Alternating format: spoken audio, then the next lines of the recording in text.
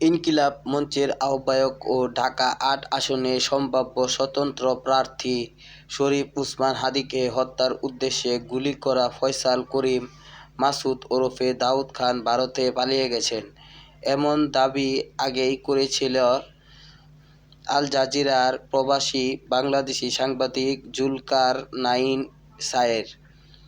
এবার তিনি আরও একটি চাঞ্চল্যকর দাবি করেছেন। রবিবার দিবাগত রাতে নিজের ফেসবুক পোস্টে জুলকার নাইন সায়ের দাবি করেন, ভারতে পালিয়ে গিয়ে হাদীর উপর হামলাকারী ফয়সাল করিম মাসুদ সেখান থেকে সেলফি পাঠিয়েছে।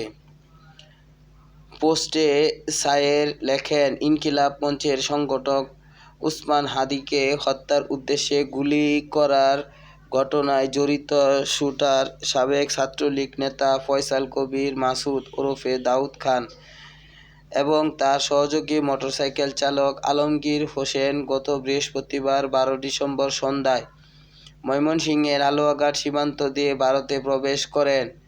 এরপর ভারতের একটি মোবাইল নাম্বার তাদের ব্যবহারের জন্য জোগাড় করে দেন জাহাঙ্গীর কবির নানকের ব্যক্তিগত সহকারী মোহাম্মদ মাসুদুর রহমান বিপ্লব।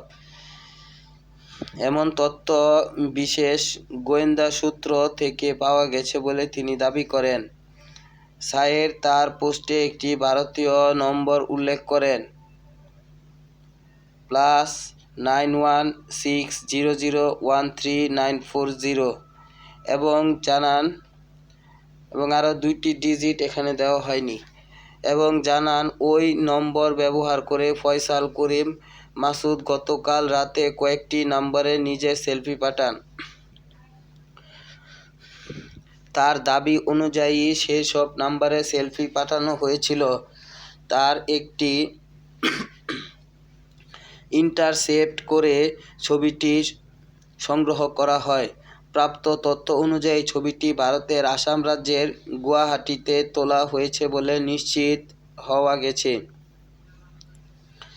এদিকে প্রধান উপদেষ্টার প্রেস উইং জানিয়েছে, অত্যন্ত সংকটাপন্ন অবস্থায় থাকা ওসমান হাদীকে উন্নত চিকিৎসার জন্য সোমবার 15 ডিসেম্বর দুপুরে একটি এয়ার অ্যাম্বুলেন্সে সিঙ্গাপুরে নেওয়া হবে।